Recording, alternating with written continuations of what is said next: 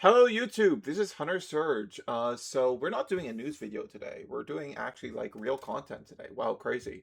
Um, so there's been a trend on Vanguard Twitter recently of doing these tier lists of mulligans. Okay, here's my deck. Um, Here's like my prioritization of how I'm mulligan, what I keep in my initial mulligan, what I'm looking for, stuff like that. Um, so I wanted to do one of these for Direful Dolls, but like the thing is, mulliganing is weird and complicated and nuanced. And that is not going to get across in a Twitter post. That is just like the image and like, hey, here's some details on what each of the tiers means to me. Um, so I was like, I do want to talk about this, but I want to do like a video. I just want to do a video about it. So that's what we're gonna do. I'm going to briefly show you what my current Direful Doll list is because I haven't done a deck profile for it post Finley. Um, that'll probably be coming relatively soon, but we'll just look at the list real quick and then we'll go into the tier list and talk about it. All right, so here's the list real quick. If you've seen my previous deck profile for DZBT08, this will look very similar to you. It's practically the same list. It's basically just we took out the Pride Cyclers for Finley's. Very similar thing. Finley helps with our early game. So let's get into the actual tier list. All right, so as you can see, I have put some detail into each of the tier names. So at the top, we're gonna have the top priority. These are things we really, really want to see and that are even worth keeping in multiples. High priority is something that we want to see at least one of early, but we don't really want to see multiples. So if we have multiples of it in our opening hand, we'll probably just throw it back.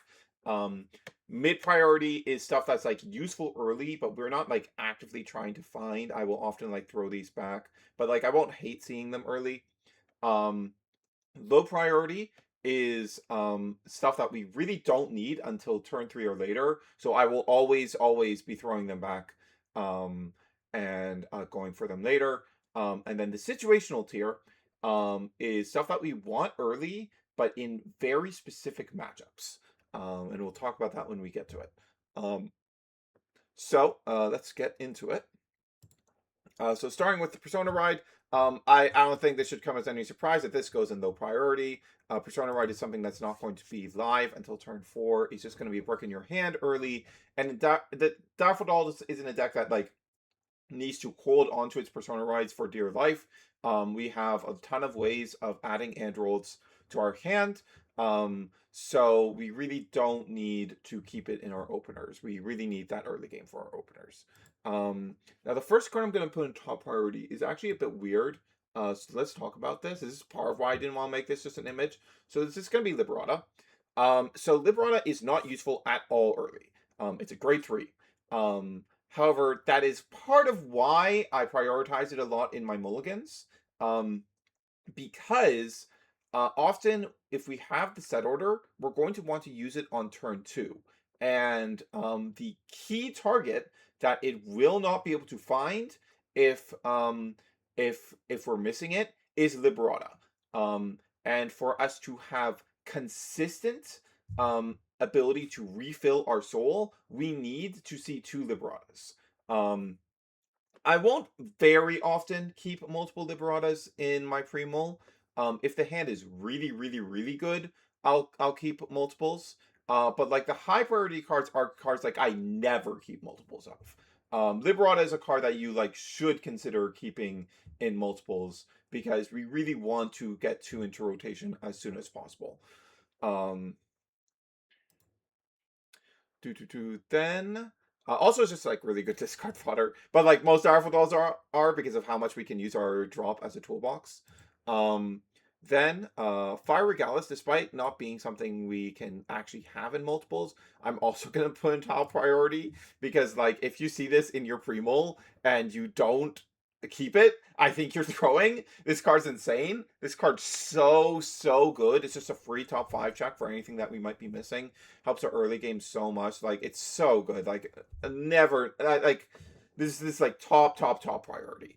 And then like the real like top is priority card is Consolata. I'm just gonna skip ahead on this one so that we can finish up top priority.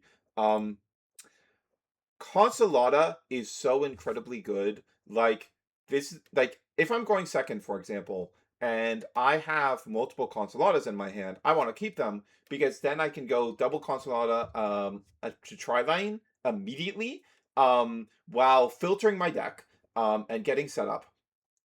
And then if my opponent does not clear them, then they are providing a ton of offensive value for me on my first grade 3 turn. They're just incredible. Like you, this is the one card in the deck that only works when you call it from hand. So you really want to see it in hand rather than getting it off of like Consolata's top X check, ideally, or Serenella's. You don't want to put into soul. You want and call out from there. You ideally want to see it in hand. And because it's like such a low commitment early game piece, this is something that you always, always, always want to see multiples of if you can. It is so, so good. Now, if I have 3 or more in my opener, in my primo opener, I'll probably throw back the third or fourth. But I really want to see 2 of these in my opener as often as possible because it's just that good. Um, then from there, we have Providenza. Providenza actually goes in mid priority. Um, Providenza doesn't actually contribute a whole lot to our early game. It's just a body. It's nice to have it early so that we know, okay, we have our multi-attacker set up. And it is a body we can use. But it's not super high priority. I would much rather like see it off of Consolata or the set orders. No, Consolata or Serenella's effect. I would much rather see it off of one of those. I do like having one in my hand early, depending on my opponent, because the 4 attack, 5 attack setup of Direful Dolls doesn't require any energy. So if, for example, we're going first and we go for a big early game push where we have like 4 or 5 bodies on our board and 2 in the front row, some opponents are going to go, okay, I'm gonna damage choke you. You used a counter blast on your Tarquinia. You don't have any open counter blast right now, so I'm gonna go damage choke you so that you can't use any counter blasts. But if we have a Providenza in hand, that is just completely fine. As long as we have a Providenza in hand, we will basically be doing the same setup that we'd be doing normally. Because our back row are likely untouched, so we still have like Consolatas and stuff. We'll get a Griselda from our soul. This is like when Griselda's call out soul is the most useful, honestly. Um, and um, and we're still just going to be able to do our 4 attacks. We don't even lose much in that scenario because we can't get the triple drive. We can't get the third drive check from Android since our opponent is only on grade 2 in that scenario anyways. And if my opponent's damage denying me when they're on grade 3 already, we're just chilling. They're losing a lot of value by doing that, unless it's like a stride deck. And that's happening because I grade 2 gamed them. Yeah. Uh, yeah, so like Providenza, very nice to secure early, but like not something I'm prioritizing in my mulligans ever. Now something I am definitely prioritizing in my mulligans is Tarquinia. We really don't want multiples of this because unless our opponent misplays and gives us 2 damage right out the gate, we're not going to be able to resolve it twice on our turn 2. So we really only want the 1 copy, which is a lot of why I only run 3 of it. Because like it tends to be a worse attacker than Liberata in the later stages of the game. So like it's really only super useful on turn 2. But we do really want to see 1. We really, really want to see 1 because it helps us build that turn 2 board so much and helps us set up for our later turns. Like I really love when I get to go Tarquinia, add a Providenza to my hand so that I have Providenza ready for the future turns. Unlike the set order, it does not have a grade restriction, so she can add Liberata if we're missing it. So that's also really fantastic. Like we really, really want to have 1 copy of Tarquinia in that opener, if we can help it. Finley is also going to go in mid priority. Finley is much more useful in our early game because like often we're going to be able to Soul Blast 3 outside of like unless we're fighting like prison specifically, we're going to be able to Soul Blast 3 and draw a card when we play it down on our turn 2 or turn 1. And it's another card that is very low commitment. We can put on our board going second turn one. Um, for tri-laning. So it's very, very good in that respect. However, it's just not as high priority as our other early game pieces. Um, and our other early game pieces are going to help us get to Finley. So I tend to not really keep Finley and instead have confidence that if I'm doing like three different, like if I'm doing like two different, if I'm doing like Tarquinia effect and set order effect on one of those, I'm probably going to find a Finley that I can commit on the turn two. It's not something I really want to keep on my on. It's not something I'm prioritizing on my mulligan ever. Um, Bartolomea also goes into low priority. Um, it is a body we can commit early if we see it. So like it's not as bad as seeing Android early. Um, but it doesn't really do anything for us, and we don't really need the counter charge until like often I don't find myself needing the counter charge until I'm at turn four. It can be useful in turn three, but not super essential. Um, so I really don't care that much about seeing this card early. Like if I see it early, unlike Android, like it's fine discard fodder. It's a body I can put on the board. It's fine. But not something I particularly want to see early, so I will be chucking it back almost every time I see it. Now let's talk about Pelagia. This is a card. Actually, no, we'll save Pelagia for that because Pelagia is not a card I currently run in the deck. However, I do want to talk about while I'm making this video because like, the deck isn't going to change much of anything going into DZ11, but Pelagia might be coming back in for DZ11 because it does do some stuff that helps us in the prison matchup. So I do want to touch on Pelagia, but we'll do that at the end. Um, then we have Philia. Philia is high priority. Um, uh, actually,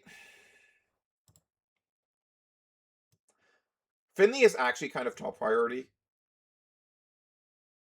Like it's in a similar category to Liberata, I'd say. Um, where I'm not like it's not something that if I see multiple, I'm always, always, always going to keep multiples. Um, but I am super happy to see multiples of this.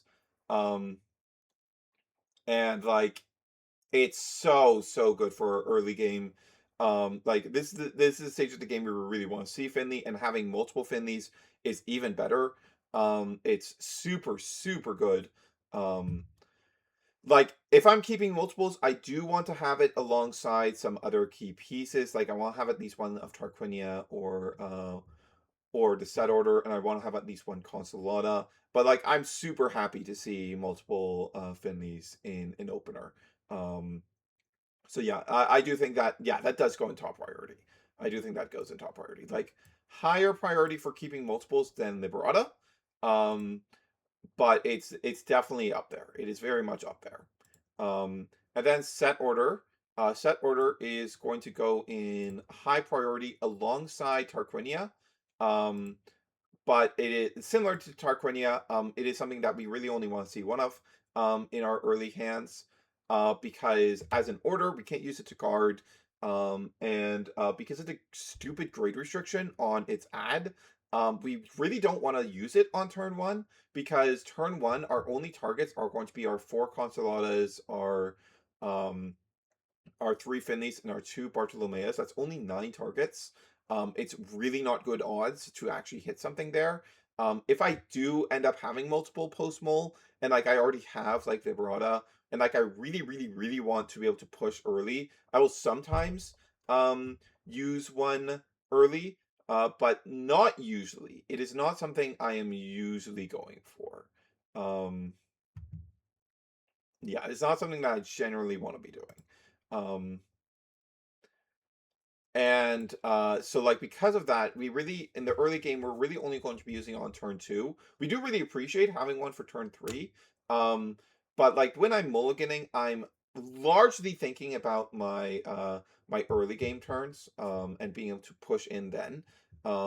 There is some thought to like the later stages, like that's why Liberata's there in top priority. Um, but for like for a good chunk of the game, one set order is going to be enough for us. because like we're going to have our soul set up just fine for our initial turn 3, and then the set order will allow us to get our setup back up for turn 4. So we really don't need to, like, if we don't quite have the vibrata set up, we won't need another set order until turn 4 generally. Also, we want to see one so that we can turn Finley's online if our opponent is also committing a lot to the board early. So that's another reason why it's pretty high priority that we see one of these. All right. Now we'll talk about Pelagia at the end. Next, we're going to talk about these three. So Perfect Guard. If I know the matchup and I know it's a matchup where like I really need Perfect Guards as often as possible, I will definitely keep at least one Perfect Guard in my opener, 100%. And then there's the Direful Doll triggers. So the Direful Doll triggers are here for a very specific reason. And that reason is in certain matchups where it is valuable to have no drop going into their turn 3 or turn 4. Stuff like Shiranui or Prison. The Direful Doll triggers are really important to have early. Because these are the only triggers in our deck that we're going to be able to put back into our soul using Vibrata and the set order and Pelagia. So it's really important that that we have these specific triggers early. Now, like general Mulligan philosophy, I will most of the time try to keep at least one trigger in my pre-mull, because I want to have secure that I will have some sort of good shield in the early game to defend against my opponent's early game, because those are always going to be the weakest hits in the game. So being able to guard those early game swings is always very valuable. So I'm always trying to keep at least one trigger in my early game hand.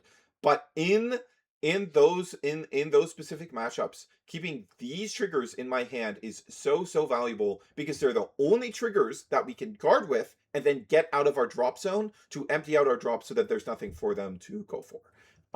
Very valuable. Now Pelagia is a bit weird. So that stuff I just described with triggers is part of why we want Pelagia in why Pelagia is in consideration again for the Prison matchup going into DZPT 11. Because Pelagia is another way by which we can get triggers out of our drop zone, and unlike Vibrata, it's something that can be used for that purpose in the early game. Like when we're on our turn 2, going second, and our opponent's going to go into turn 3, we are able to resolve Pelagia to put triggers from our drop into our soul and other Direful Dolls. So that's very valuable. So like generally speaking, I would put Pelagia in low priority. The shield is solid, but it doesn't really do anything for our early game. It doesn't have the sort of value Providenza does of, hey, if I have this in my hand early, I can set myself up to be damage denial immune on turn 3. It doesn't have any of that utility. So generally speaking, I would put Pelagia in low priority. Generally speaking, it is something that we really don't need until we're hitting turn 3 or later.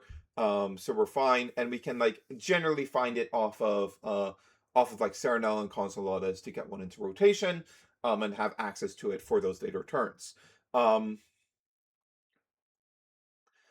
Actually, I'm just gonna put a second Pelagia in here. That's going to make stuff easier. But we're also going to put Pelagia in situational, because if we're in a matchup like Shiranui or Prison, we really want to see Pelagia early, because being able to resolve Pelagia often is really good for those matchups. So it's going to go in there we're going to have the double Pelagia. We're going to have the double Pelagia, and you're going to have to watch the video to understand why there's double Pelagia.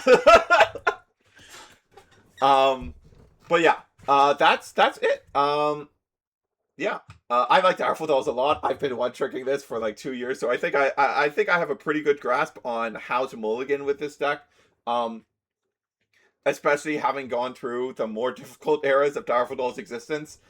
So if you are that's experienced with the deck or just looking to improve your game with Direful Dolls, I hope this Mulligan tier list helps. With that said, this is going to be Hunter Surge signing off.